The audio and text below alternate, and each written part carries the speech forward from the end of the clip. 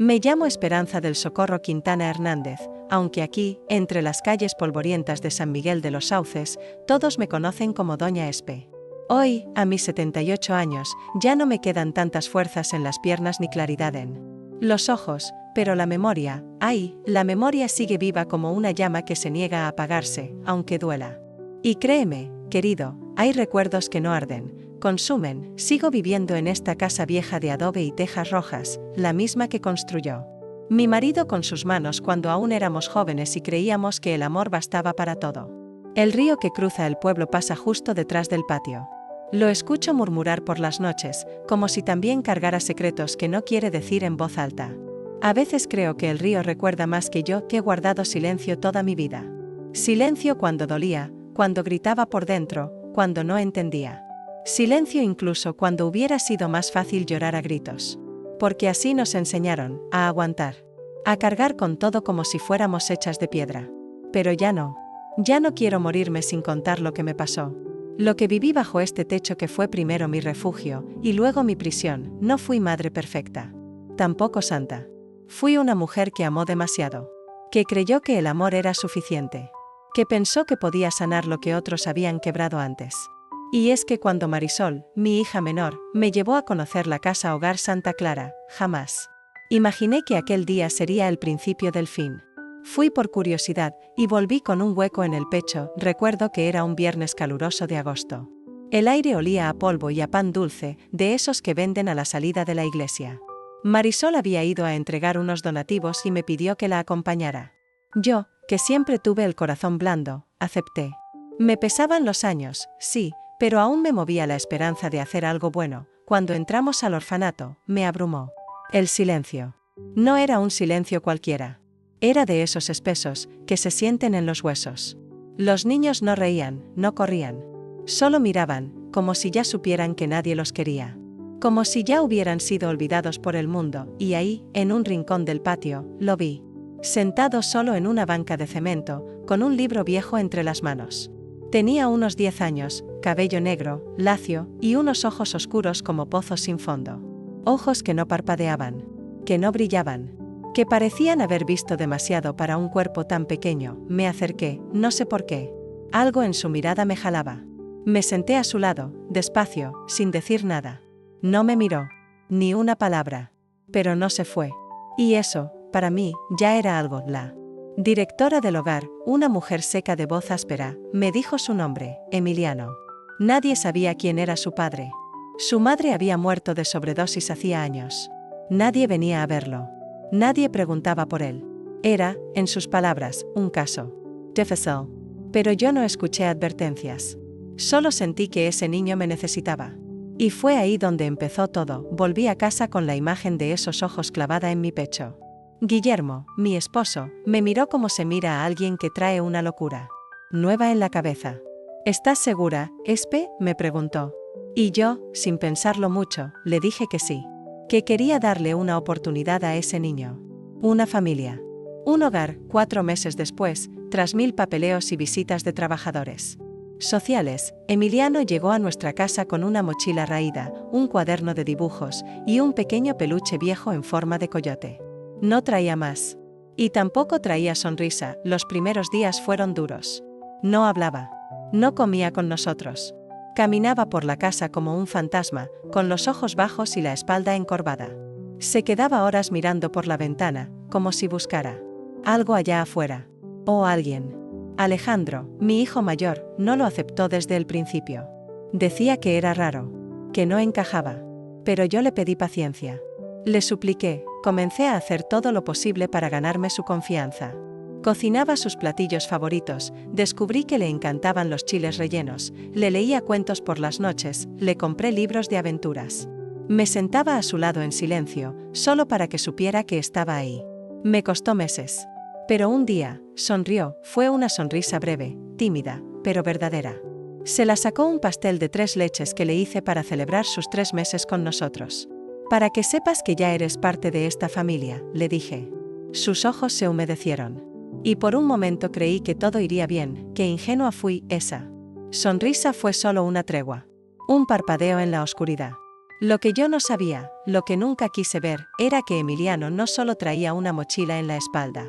Traía cicatrices invisibles. Traía un dolor antiguo, enquistado. Un veneno que, con el tiempo, empezaría a filtrarse en cada rincón de esta casa. Hoy, cuando cierro los ojos, aún puedo ver ese momento. Su pequeña sonrisa frente al pastel, la luz tenue de la cocina, Guillermo mirándonos desde el fondo de la mesa, con su cigarro a medio terminar y los ojos entrecerrados. Esa fue la última noche en que sentí que tenía una familia completa, porque lo que vino después, mi querido, fue una caída lenta, silenciosa y devastadora. Y apenas estoy empezando a contarte. Cuando uno ama con todo el alma, también se vuelve ciego. No por falta de ojos, sino por exceso de corazón. Y así fue conmigo. Porque todo lo que pasó después, las señales que ahora me parecen tan claras, estaban ahí desde el principio. Pero yo no quise verlas. No porque no pudiera, sino porque no quería. Emiliano tenía 11 años cuando comenzó a hablar un poco más. No mucho, pero lo suficiente para contarme que en la escuela le hacían burlas. Le decían el adoptado, el sin papá, el basura recogida. Palabras horribles que los niños, sin saberlo, lanzan como piedras y que en él se quedaban. Como cicatrices invisibles, llegaba a casa con los codos raspados, los cuadernos doblados, la mirada baja. Cuando le preguntaba qué había pasado, me decía, me caí. Siempre se caía. Nunca era culpa de nadie. Nunca nombraba a otros. Nunca acusaba. Solo tragaba. Y yo, que ya lo conocía un poco, empecé a notar que dentro de él se estaba formando una tormenta. La maestra de 6º año, doña Elenita, me llamó un día para hablar. Me recibió con esa cara que tienen los que no saben cómo decir algo grave sin herir. Doña Esperanza, su hijo es muy inteligente, pero tiene reacciones extrañas. A veces se queda mirando fijamente a un punto durante varios minutos. No responde cuando le hablo. Y, de pronto, se levanta y rompe una hoja, o llora sin razón. Yo, por dentro, sentí un frío en el pecho. Pero por fuera, le sonreí. Está pasando por muchas cosas, dije. Tal vez con el tiempo mejore. Guillermo, en cambio, fue más duro cuando le conté. Ese chamaco necesita disciplina, Espe. Mano firme. Le das demasiados cariños, y no entiende de límites. Pero, ¿cómo no darle cariño, si todo en su cuerpo pedía amor? ¿Cómo mirar esos ojos que parecían vacíos y no querer llenarlos con todo el afecto del mundo? Lo abrazaba, le decía que era mi hijo, que no estaba solo, que íbamos a estar bien. Y durante un tiempo, creí que funcionaba. A los 12, comenzó a tener cambios bruscos de humor. Un día llegaba con flores arrancadas del jardín de la escuela y me las daba como si fuera el niño más dulce del mundo. Al día siguiente, encerrado en su cuarto, pasaba horas sin salir, sin comer, sin hablar. Si le tocábamos la puerta, gritaba. Una vez pateó la silla del comedor solo porque no encontraba su cuaderno, y luego estaba esa mirada. Esa forma de observar. Al principio pensé que era timidez. Después comencé a sentir que me vigilaba. Que me seguía con los ojos cuando caminaba por la casa. Una noche, me levanté al baño a eso de las 3 de la madrugada, y al encender la luz del pasillo, lo vi allí, de pie, en silencio, frente a la puerta de mi habitación. No dijo nada. No se movió. Solo me miraba, como si esperara algo. ¿Qué haces despierto a esta hora, hijo?, le pregunté, tratando de no mostrar el miedo que me subía por la garganta. Tuve una pesadilla, respondió. No quería estar solo. Le preparé un vaso con leche caliente, lo arropé y lo dejé en su cama. Pero esa noche ya no pude dormir. A los 13, Guillermo le compró una consola de videojuegos. Para que se distraiga, dijo. Pero los juegos que escogía Emiliano no eran como los de otros niños. Eran oscuros, violentos, grotescos. Había sangre, gritos, criaturas horribles. Le pedí que los cambiara, que jugara algo más alegre, pero me ignoró. Se encerraba por horas, con las ventanas cerradas y la música fuerte. Un día, al entrar en su habitación sin avisar, lo encontré mirando una imagen en la pantalla que me hizo taparme la boca del horror. Era un personaje cortando a otro en pedazos, y Emiliano reía. Reía como si fuera lo más divertido del mundo. Me miró, molesto por haberlo interrumpido. ¿Qué quieres?, me dijo. Nada, hijo. Solo vine a ver si querías un pancito. Comencé a notar cosas desaparecidas. Tijeras. Cuchillos pequeños de cocina. Fotografías de cuando era joven. Un rosario que me dio mi madre antes de morir. Lo encontraba todo en lugares raros, bajo su cama, en su mochila, dentro de los libros. Cuando le preguntaba, decía que no sabía. Que alguien más lo había puesto ahí, y su cuerpo empezó a cambiar. Ya no era ese niño flaco y silencioso. Se volvió alto, fuerte, con la voz más grave. A los 14, ya parecía un muchacho de 17. Y esa diferencia lo hacía aún más intimidante. Guillermo, cada vez más desconfiado, comenzó a imponer reglas más estrictas. Horarios. Castigos. Le quitó la consola. Emiliano se volvió más agresivo. Nos gritaba. Cerraba puertas con violencia. Una vez empujó a Guillermo durante una discusión, y aunque se disculpó al instante, vi en sus ojos que no había arrepentimiento. Solo furia contenida y yo, como tonta, aún creía que era una fase. La adolescencia es así, repetía como un mantra. Pero en el fondo, ya sabía que había algo más. Una tarde, encontré una revista escondida bajo su colchón. No era cualquier revista. Era pornografía dura, violenta, sucia. Me sentí mareada. Se la mostré a Guillermo, quien, como siempre, trató de minimizarlo. Es normal. Todos los chamacos ven esas cosas. Es la edad. Pero yo sentía otra cosa. Había una oscuridad creciendo en ese cuarto, en ese muchacho. En mi hijo, fue esa noche cuando lo vi por primera vez mirándome con esa expresión que nunca podré olvidar. No era ternura. No era tristeza. Era deseo. Un deseo enfermo, torcido. Estaba en la cocina, sirviendo sopa, cuando lo sentí detrás de mí. Me giré y ahí estaba, mirándome fijo. El aire se volvió denso. La cuchara me tembló en la mano. ¿Estás bien, hijo?, le pregunté. Sí. Nada más pensaba. Que hueles rico cuando cocinas, dijo, sonriendo con una sonrisa que no era de niño. No respondí. Me di la vuelta y fingí que no había escuchado. Pero esa noche, lloré en silencio en el baño, con la puerta cerrada y la toalla en la boca. Para que Guillermo no me oyera, quise hablar con él. Contarle mis miedos. Pero, ¿cómo se le dice a un padre que su hijo adoptivo, ese por el que apostamos todo, al que le dimos hogar y amor, está desarrollando algo que no sabemos cómo detener? Me sentí sola. Como si el mundo se cerrara sobre mí, como si estuviera metida en un pozo oscuro sin salida, y entonces, llegó el día en que todo cambió. Una mañana, la directora de la secundaria me llamó para preguntarme por qué Emiliano no había ido a clases en toda la semana. Mick and Jill. Lo había visto salir todos los días con su uniforme y su mochila. ¿Dónde había estado? Cuando regresó a casa esa tarde, lo confronté. Mintió, como siempre. Pero esa vez lo hizo con una sonrisa burlona. ¿Y qué si no fui? Ya no me interesa esa basura de escuela. Guillermo lo escuchó desde el pasillo. Entró hecho un toro. Lo empujó contra la pared. Vas a respetar esta casa, muchacho. Emiliano se zafó, lo empujó con fuerza, y gritó, tú no eres mi padre. Ninguno de ustedes lo es. Fue ahí que lo supe. Lo que yo había negado durante tanto tiempo me golpeó de lleno. Ya no era mi hijo. Al menos, no el que yo había querido criar. Ese niño dulce que trajo su cuaderno de dibujos y su muñeco viejo, había desaparecido. En su lugar, había algo más. Algo roto. Algo que, por más amor que yo diera, no podía arreglar, y sin embargo, aún no sabía lo peor, lo que estaba por venir, lo que ocurrió esa noche en que me desperté y lo vi a los pies de mi cama. Fue más allá de todo lo que podría haber imaginado. Esa noche comenzó como tantas otras. Un jueves cualquiera, sin señales, sin presagios. El tipo de día que uno nunca imaginaría que terminaría en pesadilla. La tarde había sido calurosa, como suelen ser en San Miguel cuando el cielo se llena de humedad y el viento se vuelve espeso. El tipo de calor que te anuncia tormenta sin avisarte cuando Emiliano llegó a casa a la hora habitual. Saludó apenas, dejó la mochila en el pasillo y se fue directo a su habitación.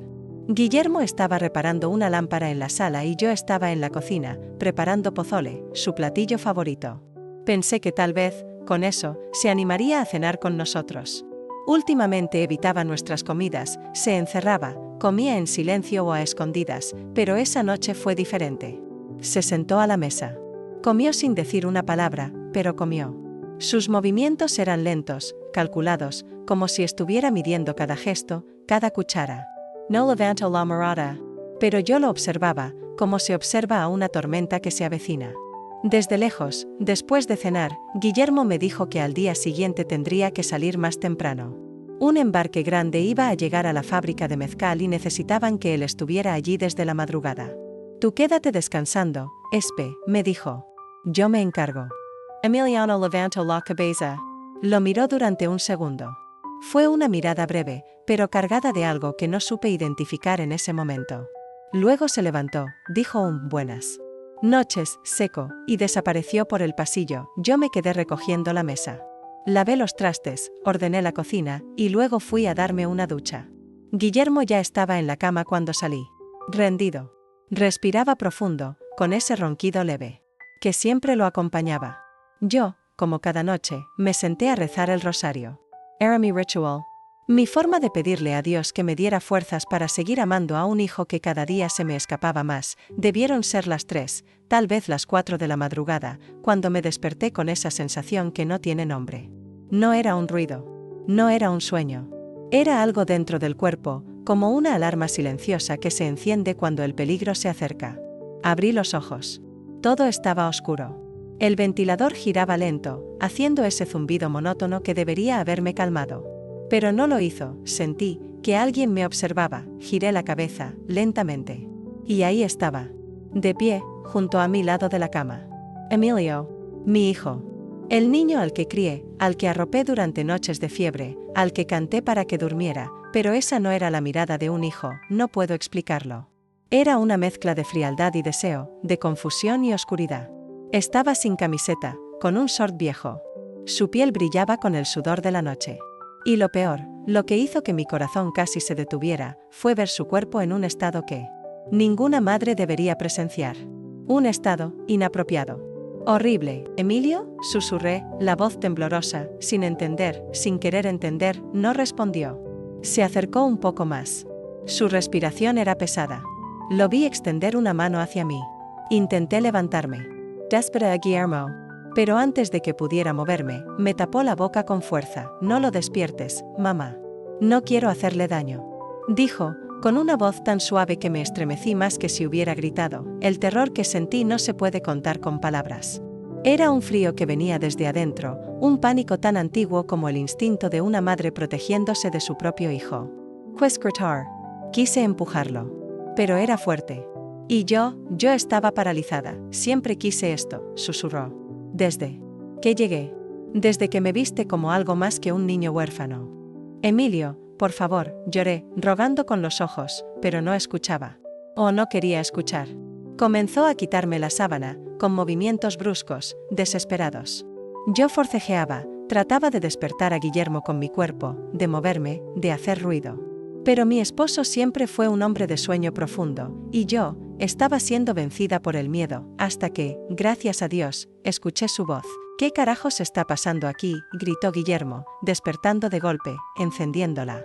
Lámpara de noche con un manotazo. La escena fue tan rápida que casi no la pude procesar. Guillermo se lanzó sobre Emiliano, lo empujó al suelo, ambos rodaron entre gritos, golpes, insultos. La lámpara cayó. El vidrio se hizo trizas. Yo me senté en la cama, temblando, llorando, viendo cómo mi marido forcejeaba con el muchacho al que habíamos llamado hijo durante 6 años. Llama a la policía, Espe, gritó Guillermo mientras trataba de inmovilizarlo, pero yo no. Me moví. Estaba paralizada. No sabía dónde estaba el teléfono. No sabía ni cómo respirar. Veía sangre. Veía odio. Veía todo lo que nunca quise aceptar, estallando frente a mí como un relámpago que quema en silencio. Emiliano logró zafarse, agarró la base rota de la lámpara, y antes de que Guillermo pudiera reaccionar, le dio un golpe seco en la frente. Vi a mi esposo caer de lado, sangrando, con los ojos entrecerrados. ¿Ves lo que me hiciste hacer?, gritó Emiliano, mirándome. Tenía una sonrisa torcida, descompuesta. Esa no era la voz de mi hijo. Era otra cosa. Algo poseído. Algo podrido. Corrí, no pensé. No sentí. Solo reaccioné. Salí de la habitación, corrí por el pasillo, descalza, en camisón, tropezando con las sillas. Llegué a la puerta, la abrí como pude, y salí gritando, ¡ayuda! Alguien ayudim. Los vecinos comenzaron a encender luces. El señor Aguilar fue el primero en salir. Luego su hijo. Después doña Leti. Pronto había una docena de personas en la calle, y yo, en medio de todos, gritando, llorando, temblando.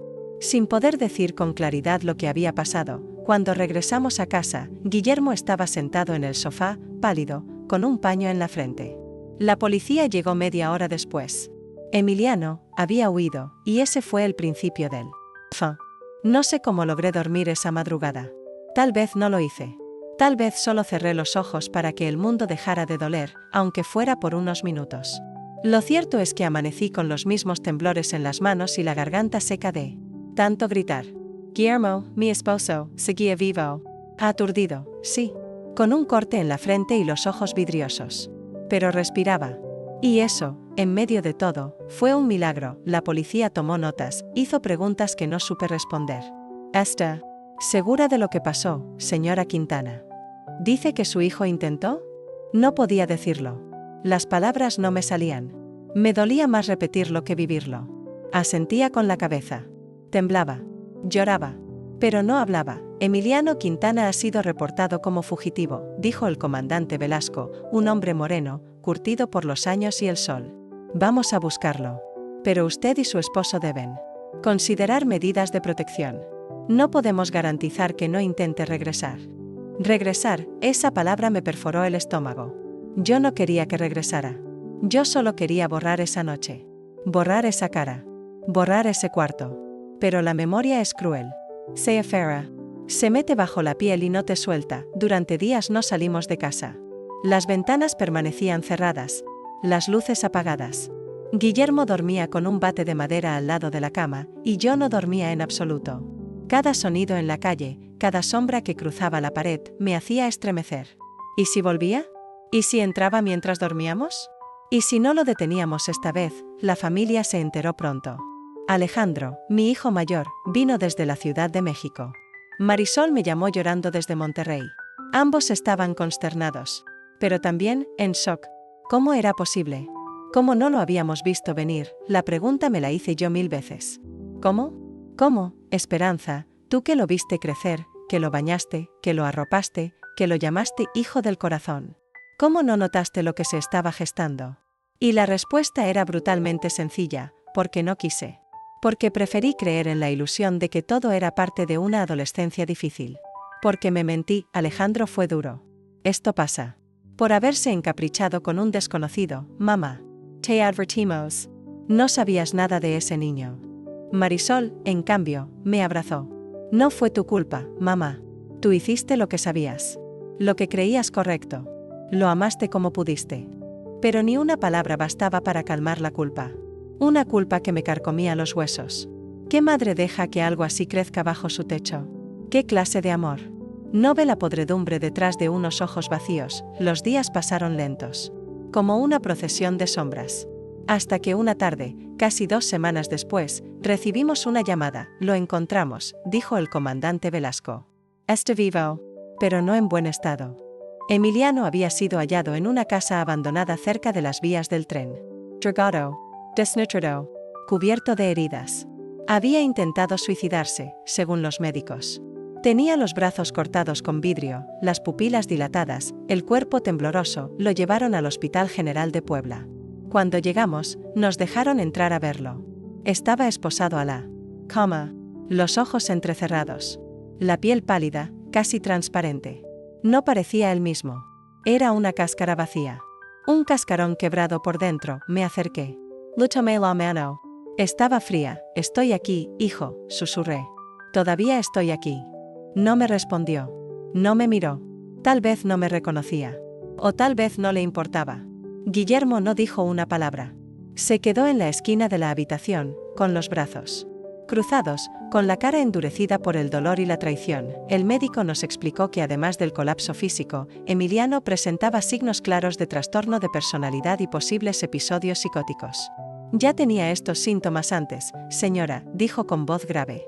Pero nunca recibió diagnóstico ni tratamiento. ¿Y ahora?, pregunté, será trasladado al Instituto Psiquiátrico de Puebla. Un lugar especializado. Estará bajo evaluación. No sabemos cuánto tiempo. No supe qué sentir. Alivio por saberlo bajo cuidado. Dolor por saberlo perdido. Asco. Compasión. Todo mezclado. Todo roto. Cuando lo visitamos en el psiquiátrico, una semana después, se veía diferente. Más delgado. Más sombrío. Me miró a los ojos por primera vez desde aquella noche. Y me dijo, con voz monótona, «Tú también me fallaste». No. Respondí. No lloré. No grité. Solo me levanté, le di un beso en la frente, y me fui. Guillermo no volvió a hablar de él después de eso. No quería visitas. No quería noticias. En su alma, Emiliano había muerto. Yo seguí llevando flores al hospital cada mes. Aunque él no las recibiera. Aunque ya no me recordara. Porque el amor que sentí, aunque mal correspondido, fue real. Y eso nadie me lo puede arrebatar hoy, más de 20 años después, sigo preguntándome qué habría pasado si hubiera hablado antes. Si hubiera gritado cuando sentí miedo. Si no hubiera cubierto con silencio lo que me dolía. Pero callé. Y ese silencio fue el que nos destruyó. No sé si algún día podré perdonarme. Lo que sí sé es que mi historia, por más dolorosa que sea, debe ser contada. Porque hay muchas madres allá afuera que están viendo las señales, y que, como yo, no quieren verlas, y a ti, que estás escuchando, gracias. Porque al darme tu oído, me das alivio. Porque al saber que alguien oye, este peso es un poco menos insoportable. El tiempo siguió su curso, como siempre lo hace, implacable. Los días pasaron sin pedir permiso, arrastrando consigo la rutina, las compras del mercado, los saludos murmurados en la iglesia, las visitas al doctor de Guillermo, todo seguía. Igual en apariencia, pero dentro de mí, nada volvió a ser lo mismo. San Miguel parecía no haberse enterado de lo que había pasado. Tal vez algunos vecinos sabían partes, rumores, susurros que iban de casa en casa con la forma de cuchicheos. Como suele ocurrir en los pueblos. Pero nadie se atrevía a preguntarme directamente. Y yo tampoco ofrecía respuestas. ¿Cómo está su muchacho, doña Espe?, me preguntó una vez una señora en la panadería, con voz de lástima y ojos entrometidos. En tratamiento. Respondí, sica. Y bajé la mirada, no por vergüenza, sino por cansancio. A veces me quedaba horas sentada en el portal, mirando el río. Lo observaba pasar, lento, silencioso, como si también cargara culpas que nadie le preguntaba. Me parecía cruel que la vida continuara, que los pájaros cantaran, que los niños jugaran en la calle. ¿Acaso no sabían que yo me estaba pudriendo por dentro? Guillermo volvió al trabajo poco después de la última visita al hospital psiquiátrico. No hablábamos mucho. Había una barrera invisible entre nosotros, como si el horror de aquella noche nos hubiera condenado a vivir juntos, pero separados por un abismo que nadie podía cruzar. Dormíamos en la misma cama, pero yo sabía que algo se había roto en su interior. Algo que ni yo ni nadie podía reparar. Una noche, lo escuché llorar en silencio. Era la primera vez. Estaba acostado de espaldas, creyendo que yo dormía. Pero sus hombros temblaban. Se cubría la boca con la almohada para no hacer ruido. No dije nada. Solo puse mi mano sobre su espalda. Él no se movió, pero después de unos segundos, tomó mi mano y la apretó con fuerza. Ninguno de los dos dijo una palabra. No hacía falta. Marisol vino a visitarnos en diciembre. Trajo a su hijo, mi nieto, que en ese entonces tenía apenas 5 años.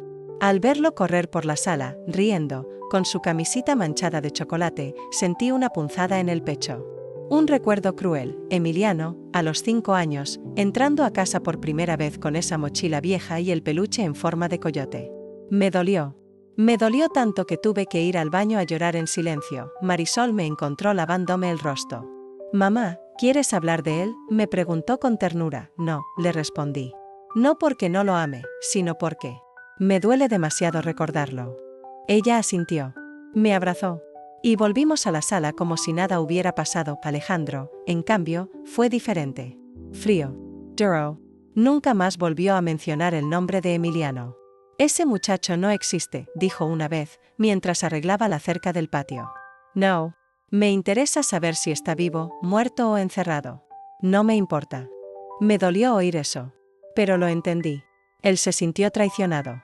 Creció creyendo que su madre lo había reemplazado con un extraño. Que lo había puesto en segundo plano por un muchacho que terminó destruyéndonos. Lo que más me pesaba no era el silencio de los demás, sino el mío.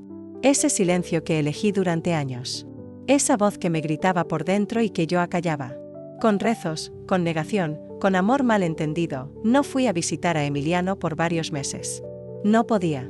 Solo recibía cartas del hospital psiquiátrico. informes clínicos. Palabras secas que describían su estado mental con frialdad médica. Paciente muestra episodios de agresividad intermitente, retrocesos cognitivos, comportamientos disociativos. ¿Qué significaba todo eso? Solo una cosa, que ya no era el mismo. Que, tal vez, nunca lo había sido. Una noche, me senté en la sala con la caja de sus cosas. La mochila vieja, el coyote despeluchado, los dibujos infantiles de monstruos con ojos gigantes. Uno de ellos me llamó la atención. Era una figura femenina, acostada, con una sombra oscura encima. Lo había dibujado años antes. Lo guardé pensando que era un monstruo más. Pero ahora no estaba tan segura. Esa noche no dormí. Me quedé sentada hasta que salió el sol, pensando, repasando, intentando entender. ¿Había señales? Sí, muchas. ¿Las vi? También. ¿Y las ignoré? Todas. Por amor. Por miedo. Por orgullo. No quise aceptar que el niño que había prometido proteger estaba enfermo, pero no una enfermedad simple. No una gripe o una tristeza. Era una enfermedad del alma. Una oscuridad que se había gestado en sus primeros años de vida, alimentada por abandono, por violencia, por abuso, y que luego encontró en nuestra casa un techo, una cama, un disfraz de familia. Pero nunca encontró la paz. La última vez que lo vi fue un año después del incidente. El hospital me autorizó una visita corta, con acompañamiento. Cuando entré al cuarto, Emiliano estaba sentado junto a la ventana. Tenía la cabeza rapada, la mirada perdida. No me miró. Hola, hijo, dije, con un nudo en la garganta. ¿Vienes a ver si sigo vivo?, respondió, sin emoción. No. Vengo porque aún te amo. Él soltó una risa seca. No deberías. Yo lo sé, respondí. Pero no se puede arrancar un amor del pecho como si fuera una espina. Uno aprende a vivir con el dolor. Por un segundo, me miró. Y juro que vi a mi niño, el de los 10 años, con la mochila vieja. Pero fue solo un parpadeo. Porque enseguida volvió la sombra. Esa sombra que ya era parte de él. Te odio, ¿sabes?, dijo. Te odio por no haberme dejado morir. No respondí. Solo me levanté, caminé hasta él y le dejé una estampita de la Virgen en la mesita. Cuando quieras dejar de odiarme. Aquí estaré, le dije, y me fui. Nunca más volví. Hoy, mientras escribo estas palabras para ti que me escuchas, solo puedo decirte esto: hay amores que no salvan. Hay hijos que no regresan. Hay heridas que no cierran. Y aún así, seguimos. Porque vivir es seguir caminando aun cuando la fe cojea, aun cuando el alma sangra, y si alguna madre que me oye está pasando por algo parecido, no calle. No espere. No niegue. Porque a veces, el silencio no protege. Mora. No sé en qué momento exacto dejé de sentirme viva. No hubo un día específico, ni una fecha marcada en el calendario. Fue más bien un desgaste lento, silencioso. Como una cuerda que se va deshilando con el tiempo hasta que un día, ya no sostiene nada. Después de aquella última visita al hospital, regresé a casa y supe que algo dentro de mí se había roto para siempre. Ya no lloraba. No me enojaba. No rezaba. Solo me movía como un fantasma por la casa, cumpliendo con las tareas cotidianas porque era lo que se esperaba de mí. Lavaba, cocinaba, limpiaba, pero ya no vivía. Sobrevivía. Guillermo notó mi apagamiento. No lo dijo con palabras, pero lo vi en su manera de mirarme. En los silencios más largos. En los abrazos ausentes. Había una tristeza nueva en sus ojos. Una tristeza que no buscaba consuelo, porque ya no creía en él. Dormíamos en la misma cama, pero cada quien en su orilla. Sin cruzar el centro. Sin tocarnos siquiera con los pies. Las noches eran peores. Me despertaba sudando, con el corazón latiendo en la garganta. Soñaba con Emilio parado en la puerta, con sus ojos negros y vacíos. A veces lo veía niño. Otras, adolescente. Otras, el monstruo de aquella noche. Me observaba. Me sonreía. Y yo gritaba sin voz, atrapada en la pesadilla. Intenté buscar ayuda. Fui con el padre Rubén, de la parroquia. Me confesé. Le conté casi todo. No los detalles más oscuros, no. Me salían, pero sí le hablé de mi dolor, de mi culpa, de mi agotamiento. Me escuchó en silencio. Luego me tomó las manos y me dijo: a veces, doña Espe, el infierno no está bajo tierra. Está aquí, entre nosotros. Y algunos lo viven. En su propia casa. Salí de esa iglesia con un nudo en el alma. Sentí que ni siquiera Dios podía ayudarme. No porque no quisiera, sino porque yo ya no creía que hubiera salvación para mí. Fue entonces cuando empecé a pensar en rendirme. Sí, lo pensé. No con dramatismo, ni con lágrimas. Lo pensé con la calma de quien ha sido golpeada tantas veces que ya no teme al último golpe. Imaginé mi cuerpo quieto, la casa en silencio, el río pasando como siempre. Pensé en cómo sería dejar de sentir, de cargar, de respirar ese aire espeso lleno de culpa. Una mañana, me quedé sentada frente al cajón donde guardo los medicamentos. Tenía en mis manos varias pastillas. Las conté. Las volví a contar. Y por un instante, solo por un instante, pensé que tal vez sería mejor así. Que Guillermo estaría mejor sin mí. Que mis hijos, Marisol y Alejandro, ya tenían sus propias vidas. Que el mundo seguiría sin notarlo, pero justo en ese momento, vi una foto vieja pegada con cinta en la pared. Era de cuando los 3 niños, Alejandro, Marisol e Emilio, jugaban en el patio, años atrás. Emilio estaba en el centro, sosteniendo una pelota, con una sonrisa torpe, pero sincera. Marisol lo abrazaba por la espalda. Alejandro tenía cara de fastidio, como siempre. Pero ahí estaban. Una familia. Por un segundo, sí lo fuimos, y entonces lloré. Lloré con todo lo que me quedaba. Lloré por mí, por Guillermo, por mis hijos. Por el niño que quise salvar y no pude. Lloré hasta que la camisa se me empapó. Hasta que las manos me temblaron. Hasta que las pastillas cayeron al suelo y rodaron debajo de la alacena. Fue ahí que decidí. No por valentía. No por esperanza. Sino por dignidad. Decidí vivir, no porque todo estuviera bien. Sino porque merecía seguir caminando. Porque merecía respirar sin sentir culpa cada vez que salía el sol. Porque hay mujeres como yo, miles, que han amado demasiado, que han callado tanto, que han sufrido en silencio, y aún así, siguen. Ese mismo día, me vestí con mi mejor blusa, la que usaba para ir a las fiestas patronales. Mi pain con calma, mi pius perfume. Y salí de la casa, fui al centro comunitario. Pregunté si había grupos de apoyo para mujeres. La señorita de la recepción me miró con sorpresa. ¿Usted, señora Espe, en serio? Asentí. Me anotó en una lista. Los martes, a las 5. Solo sí. Y ahí fui. La primera vez no hablé. Solo escuché. Historias duras. Mujeres golpeadas. Madres que perdieron hijos en las drogas, en las pandillas, en la calle.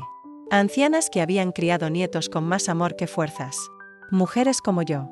Rota por dentro, pero firme por fuera. La segunda vez, conté un poco. Dije que había adoptado un niño que después nos había hecho mucho daño. No dije todo.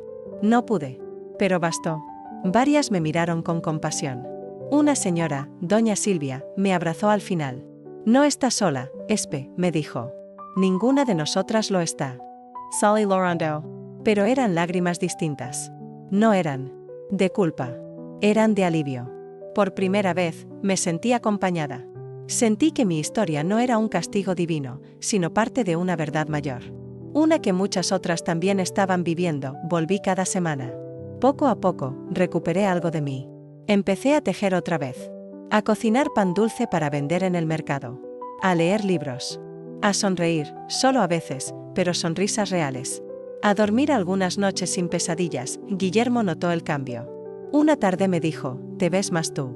Le sonreí. Estoy tratando, respondí. ¿Y qué hay de él? Preguntó, sin atreverse a decir su nombre. Ya no espero nada. Le respondí con sinceridad. Solo rezo por su alma.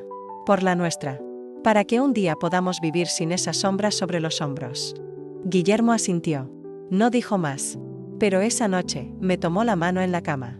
Y no la soltó hasta que ambos dormimos. Hoy, al mirar el cielo nublado desde mi mecedora, pienso que hay algo sagrado en sobrevivir. Que, a veces, no se trata de ganar, sino de resistir. De respirar un día más. De pararse, aunque sea con las rodillas temblando. De seguir, y eso, querido, es lo que hice. Decidí seguir. Decidí vivir. El tiempo pasa, sí. Pero no borra. No cura. No acomoda nada. Solo se acumula como el polvo en los rincones que nadie limpia. Y así, con cada día que se suma, yo no olvido, solo cargo más, porque aunque decidí vivir, aunque volví a respirar, a salir a la calle, a hornear panecillos los domingos, dentro de mí, nada volvió a ser como antes. Había algo roto. Algo que ningún médico, ninguna misa, ningún abrazo de mis hijos podía arreglar. Guillermo y yo envejecimos sin darnos cuenta. No fue solo el cuerpo, fue el alma. Nos hicimos más silenciosos, más lentos para decir, te quiero, o para reírnos. Con ganas.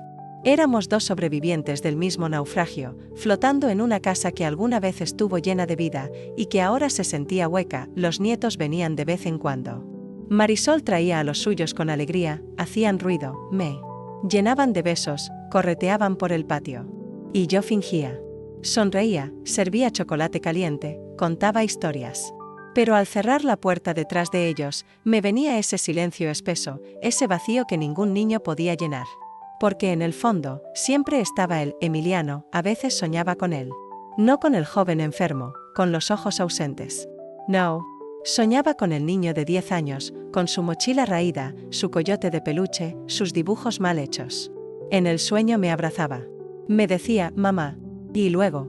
Despertaba empapada en lágrimas, abrazando la almohada con el pecho apretado de nostalgia, de culpa, de impotencia. Un día, revisando un mueble viejo, encontré una hoja de cuaderno doblada en 4. Era una carta de él. Escrita a lápiz, con esa letra infantil que tenía cuando llegó. Querida mamá Espe, no sé si esto te guste, pero quería darte gracias.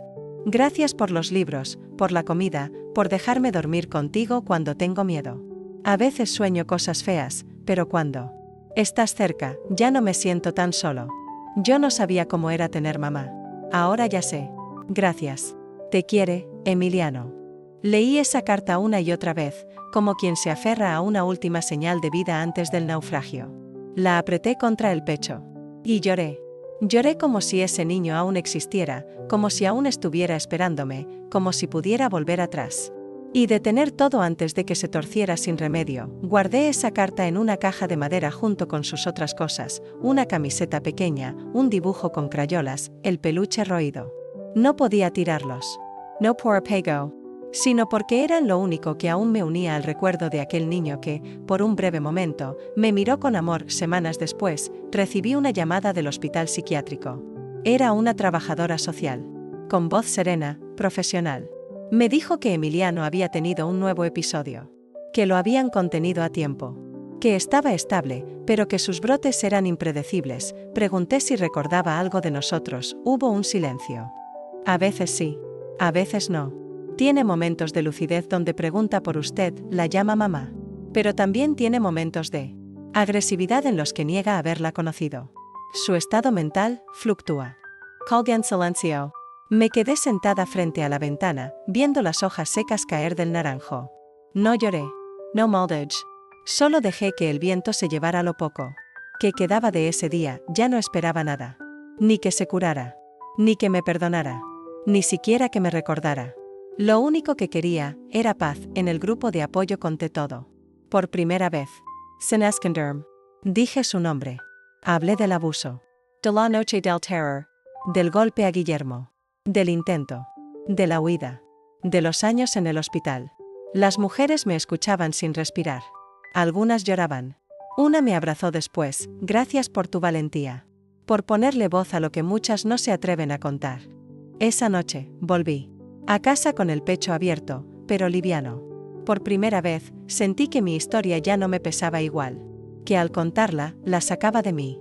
Que al compartirla, le daba sentido a tanto dolor, porque entendí que no todo dolor es castigo.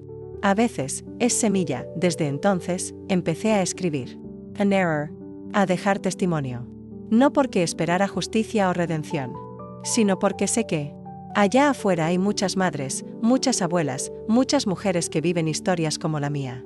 Y no saben cómo nombrarlas. Hoy, mientras el sol cae lento detrás del cerro y el cielo se tiñe de ese anaranjado que tanto me gusta, me siento aquí, en mi mecedora, con una taza de café frío en la mano, y pienso, hay días que nunca volverán. Días de infancia, de risas, de esperanza. Días en que creí que el amor bastaba. Días en que fui otra, pero también hay otros días. Días como este, donde sigo aquí, respirando, hablando, sanando de a poquito. Porque aunque todo cambió, yo decidí quedarme. Yo decidí seguir, y eso, querido, también es una forma de victoria. Nunca imaginé que la culpa pudiera tener forma. Pensé que era solo un sentimiento, una nube que te sigue, un peso abstracto en el alma. Pero no. La culpa tiene rostro. Tiene voz. Tiene ojos.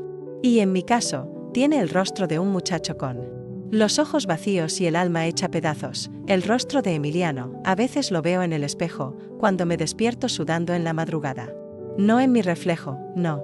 Lo veo detrás, en la sombra del cuarto, de pie, callado, como la primera noche en que se paró junto a mi cama. Lo veo con el mismo silencio, con la misma expresión ambigua, que ya no sé si era miedo, deseo, odio, o todo al mismo tiempo. He llegado a pensar que quizás, el verdadero castigo no fue lo que vivimos, sino lo que seguimos reviviendo. Porque todo aquello que callamos no muere, se queda. Se acomoda en la casa, en los muebles, en el aroma de los manteles, en el rechinar de las puertas. La memoria no tiene descanso cuando hay cuentas sin saldar. Durante mucho tiempo intenté seguir como si nada. Caminaba por el pueblo con la cabeza alta. Saludaba en la misa. Llevaba flores al panteón de mis padres. Hacía lo que se esperaba de una mujer respetable. Pero por dentro, me estaba deshaciendo. Guillermo intentaba mantenerse firme. Pero también lo vi quebrarse. Ya no era el hombre fuerte que un día peleó con su propio hijo para salvarme. Se volvió más silencioso, más ausente. Se levantaba temprano, barría el patio en silencio, leía el periódico sin pasar de la primera página. Se le borraron las ganas. Una tarde, lo encontré sentado frente a la fotografía de nuestra boda. No lloraba, pero tenía la mirada perdida, como si la vida se le hubiera ido por esa rendija por donde también se nos fue la paz. ¿Qué piensas?, le pregunté, poniéndole una taza de café en la mesa. Pienso en cómo llegamos hasta aquí, dijo sin mirarme. No lo sé, respondí. A veces me pregunto lo mismo. Pasó un silencio largo. Luego agregó, ¿tú crees que podríamos haber hecho algo distinto? Esa pregunta me rompió por dentro. No tenía respuesta. O tal vez la tenía, pero era demasiado cruel para decirla en voz alta. No lo sé, Guillermo, dije finalmente. Yo también me la he hecho tantas veces, porque la verdad es que sí. Sí creo que podríamos haber hecho algo. Haber visto antes. Haber escuchado más. Haber dejado de justificar sus silencios, sus cambios, sus rarezas. Haber actuado con firmeza cuando todavía era tiempo. Pero en lugar de eso, lo amamos a ciegas. Como si el amor fuera suficiente. Como es el amor querer to do. Como si fuéramos dioses, capaces de borrar el dolor que otros sembraron, y no lo somos. Somos solo personas rotas intentando salvar a otras personas rotas. Y a veces, eso no basta. Unos meses después de esa conversación, Guillermo se enfermó. Al principio fue solo una tos que no se le quitaba. Luego, fatiga. Dificultad para respirar. Cuando fuimos al doctor, ya era tarde. Cáncer de pulmón. Avanzado. Silencioso. Igual que todo lo que había venido destruyéndonos desde hacía años, lo cuidé con todo lo que me quedaba. Le preparé sus tés, le leía sus periódicos, lo peinaba como cuando era joven. Dormía en una camita junto a la suya, por si necesitaba algo en la madrugada. Y cada noche, antes de dormir, le decía, estoy aquí. No te vas solo. Murió. Una mañana gris de febrero. Yo estaba sentada a su lado, tejiendo una bufanda que nunca terminé. Me tomó la mano, con los dedos ya fríos, y me dijo solo una frase, te perdono, Espe. Y luego, se fue. No supe si me perdonaba por él, por mí, por Emiliano, o por todo. Pero lo tomé como su despedida. Como un acto de amor final. Como su forma de liberarme del infierno que habíamos compartido. Después del funeral, la casa se volvió más silenciosa aún. Mis hijos querían que me mudara. Que viviera con alguno de ellos. No puedes estar sola, mamá, me decían. Esa casa está maldita. Pero no. Yo no me iba a ir. Esa casa no estaba maldita. Estaba llena. De historia. De fantasmas, sí. Pero también de amor. De risas viejas. De promesas rotas. Era mi lugar. Mi testigo. Una mañana, fui al closet de Guillermo y encontré una caja de zapatos. Dentro había cartas. Cartas que él escribió, pero nunca envió. Eran para Emiliano. Algunas llenas de reproche. Otras, de tristeza. Una de ellas me estremeció. No. Sé si mereces este perdón. Pero yo no quiero irme de este mundo con tanto veneno en el corazón. Así que aquí va, te perdono. No porque lo olvidé, no porque estuvo bien. Te perdono porque no quiero que el odio sea lo último que me quede de ti. Porque alguna vez, aunque solo haya sido por un instante, fuiste mi hijo. Lor Ostavaciarm. Sentí que con esa carta, Guillermo le había puesto fin a algo que yo aún no podía cerrar, y entendí que mi culpa no desaparecería, pero tal vez podía transformarse. Que no estaba condenada a arrastrarla como una cadena por el resto de mi vida. Que podía llevarla como una cicatriz. No con vergüenza, sino como memoria. Hoy, más de una década después, sigo hablando con él. Con ese niño que fue. No con el monstruo. No con el enfermo. Con el niño de la carta. Le hablo cuando riego las plantas. Cuando barro el patio. Cuando le echo azúcar a mi café. Le digo cosas simples. ¿Te acuerdas de los chiles rellenos? Hoy llovió, como el día que llegaste. Vi una sombra en la ventana. Pense que eres tú. Y sé que no me oye. Oh sí. No lo sé. Pero me alivia hablarle. Porque esa es mi forma de seguir. De no dejar que su historia se pudra en mi pecho. De convertir el horror en semilla. De hacer de esta vida rota, algo que aún merezca ser contado. Tal vez eso sea lo más valiente que he hecho en toda mi vida, seguir viva, con el rostro de la culpa mirándome cada noche, y aún así no cerrar los ojos. Dicen que después del infierno no queda nada. Que uno se quema por dentro hasta que ya no hay alma, ni lágrimas, ni voz para contar lo que pasó. Pero no es cierto. Lo que queda, es lo más difícil de cargar, la conciencia, después de todo. De todo lo que viví, todo lo que callé, todo lo que perdí, lo único que me acompaña cada noche no es el miedo. No es siquiera la culpa. Es la conciencia de lo que fui. De lo que creí. De lo que ignoré. De lo que permití. Y de lo que aprendí a fuerza de golpes, silencios y ausencias. No quiero que pienses que ahora tengo todas las respuestas. No las tengo. Nadie las tiene. Pero he acumulado preguntas. He aprendido a mirar de frente algunas verdades que antes me asustaban demasiado. Y hoy estoy lista para decirlas. No porque me sienta mejor, sino porque ya no me da miedo contarlas. La primera cosa que aprendí fue que el amor no basta. Durante años repetí esa frase que dicen en las novelas, en las misas, en los cuentos de madres abnegadas: el amor lo puede todo. Mentira. El amor no cura traumas. No borra abusos. No reescribe infancias podridas. El amor es poderoso, sí, pero no es mágico. Es como una manta caliente, reconforta, pero no repara un hueso roto. Yo amé a Emiliano con todo lo que tenía. Techo, comida, abrazos, cuentos. Le ofrecí una vida que otros le negaron. Pero no fue suficiente. Porque había una grieta dentro de él. Una oscuridad que ya había echado raíces. Y por más que regué con ternura ese terreno, lo que brotó fue una planta torcida. La segunda cosa que aprendí fue que hay señales que el corazón no quiere ver. Recuerdo las primeras veces que sentí su mirada rara. Que escuché la puerta a deshoras. Que vi objetos fuera de lugar. Que noté el cambio en su forma de hablar, de caminar, de respirar. Lo vi. Juro que lo vi. Pero me mentí. Me dije, está creciendo, es la adolescencia. Es por su pasado. Me refugié en excusas porque enfrentar la verdad era admitir que algo estaba mal bajo mi propio techo. Y eso era insoportable. Hoy, si tuviera que hablarle a una madre que sospecha algo, le diría: cree en tu intuición. Esa vocecita incómoda que no te deja dormir no está ahí por capricho. Es la voz de tu alma diciendo: haz algo, antes de que sea tarde. La tercera cosa que aprendí fue que callar por amor es otra forma de traicionar. Yo no hablé. No pedí ayuda. No le conté a mis hijos lo que pasaba con Emiliano. No fui a un psicólogo cuando debí hacerlo. No me enfrenté a Guillermo cuando él propuso reglas más firmes. Solo me aferré al silencio como si fuera un escudo, y fue una cárcel. El silencio me protegió del juicio externo. Pero me condenó al infierno interno. Aprendí también que el perdón no es olvido. Guillermo murió sin odio. Me dejó su perdón envuelto en una frase sencilla. Pero yo tardé mucho más en perdonar. No a él. And I Emiliano. A mí. Perdonarme por no haber sabido, por no haber podido, por haberlo amado tanto que terminé ciega. Todavía hay noches en que me acuesto con esa voz en la cabeza que me dice: fue tu culpa. Y me abrazo. Me digo: ya hiciste suficiente. Y lloro. Y me duermo. No porque lo haya superado, sino porque aprendí a dormir con el dolor. Otra verdad dura: hay hijos que no regresan. Eso es lo más difícil de decir. Porque una madre cree que siempre habrá regreso. Que con tiempo, con oración, con terapia, con amor, todo niño perdido vuelve al camino. Pero no siempre es así. A veces, se van para siempre. No porque mueran, sino porque se transforman en alguien irreconocible. El Emiliano que yo conocí se fue mucho antes de aquella noche. Lo que quedó fue un cuerpo habitado por demonios, que yo no supe espantar.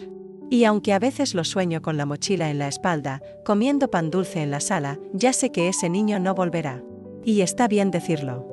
Está bien llorarlo como se llora a los muertos. También aprendí que no se puede salvar a quien no quiere ser salvado. Hubo un punto en que Emiliano se cerró por completo. No escuchaba, no respondía, no conectaba. Y yo me desgasté intentando alcanzarlo, como quien lanza sogas a un pozo sin fondo. Pero no entendía que él ya había soltado la cuerda, que no quería subir, que lo único que yo podía hacer era no saltar tras él. A veces, la forma más difícil de amar es dejar ir. Y finalmente, aprendí que la vida no te devuelve lo que perdiste, pero te da otras cosas. No se trata de reemplazar. Nadie reemplaza a nadie. Pero sí encontré otras formas de sentido. Las reuniones con otras mujeres. Los nietos, que me abrazan sin saber todo lo que viví. Las noches de lluvia que escucho desde el portal, con un cafecito caliente y una manta tejida. Momentos pequeños, pero míos. Verdaderos. En paz, y en cada uno de esos momentos, me repito, sobreviví, sí. Pasé por el infierno. Vai mal de cerca. Dormí con el enemigo. Lloré hasta quedarme seca. Pero aquí estoy. Vieja, sí. Con más arrugas que esperanzas. Pero también con más sabiduría que miedo. Y si tú, mujer, madre, abuela, hija, estás escuchando esto y sientes que hay algo podrido en tu casa, no esperes a que sea tarde. No le pongas nombre bonito al horror. No digas, ya se le pasará. Actúa. Habla. Pide ayuda. Defiéndete, porque yo no quiero que ninguna otra mujer tenga que aprender esto después del infierno. Y si ya lo viviste. Si tú también arrastras una culpa que no elegiste, ven, siéntate aquí conmigo. No te prometo soluciones. Pero sí una cosa, no estás sola. Hay un momento, en la vida de toda mujer que ha sido atravesada por el dolor, en que el silencio ya no es suficiente. En que la piel ya no aguanta guardar más. En que la memoria necesita hablar para no morir hoy, mientras escribo estas últimas líneas. No sé si alguien más leerá esto. No sé si mis hijos algún día sabrán toda la verdad.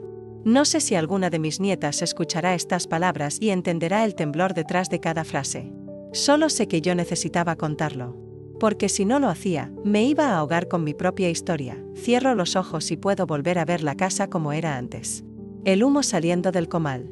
Las risas de los niños en el patio. Guillermo reparando su bicicleta. Emiliano leyendo bajo el árbol. Todo parecía tan normal, tan perfecto, tan humano, y lo era. Pero también estaba la grieta. La que nadie quiso ver. La que fue creciendo hasta partirnos por dentro. Aprendí, con los años, que la vida no es una línea recta. Es un camino lleno de curvas, de muros, de pozos que no ves venir. Y que el dolor más fuerte no es el que otros te causan, sino el que nace de lo que tú permitiste. Permití demasiado. Callé demasiado. Amé demasiado. Y por eso me rompí, pero también aprendí que las mujeres rotas no están perdidas. Estamos llenas de cicatrices, sí, pero también de fuerza, de coraje, de memoria. Y sobre todo, de una voz que, aunque tiemble, sigue siendo nuestra. ¿Y qué queda después del dolor? Queda lo real. Lo que no se puede fingir. Lo que se construyó a pesar de todo. Lo que se sostuvo cuando todo lo demás se derrumbó. Queda esta casa, vieja y desgastada, pero aún en pie. Queda esta mecedora, que cruje pero me acompaña cada noche. Queda mi nombre, mi historia, mis palabras, y quedan ustedes. Mujeres que quizás nunca conoceré, pero que sé que existen. Que han llorado en silencio. Que han sobrevivido a infiernos. Que han amado a quienes no debían. Que han callado por miedo. Que han temido que nadie les creyera. Que han cargado culpas que no les pertenecen. A ustedes les digo, hablen. Aunque la voz tiemble. Aunque duela. Aunque nadie entienda al principio. Hablen. Porque el silencio no sana. Solo esconde. Y lo que se esconde, tarde o temprano, estalla. No busqué justicia. No esperé perdón. No me arrodillé ante nadie. Pero un día, me miré al espejo y me dije, no fue tu culpa. Y aunque no me lo creí del todo, lo repetí.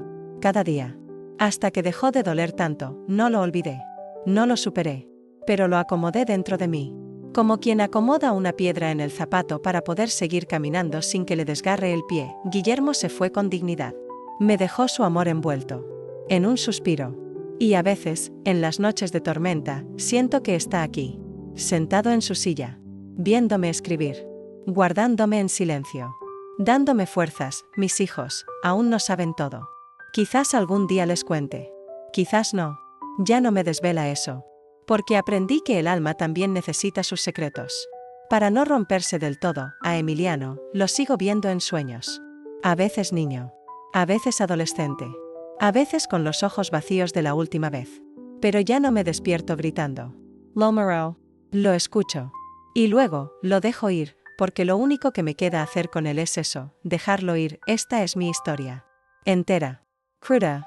Sin adornos. Sin giros. Bonitos. Sin redención absoluta. Pero es mía.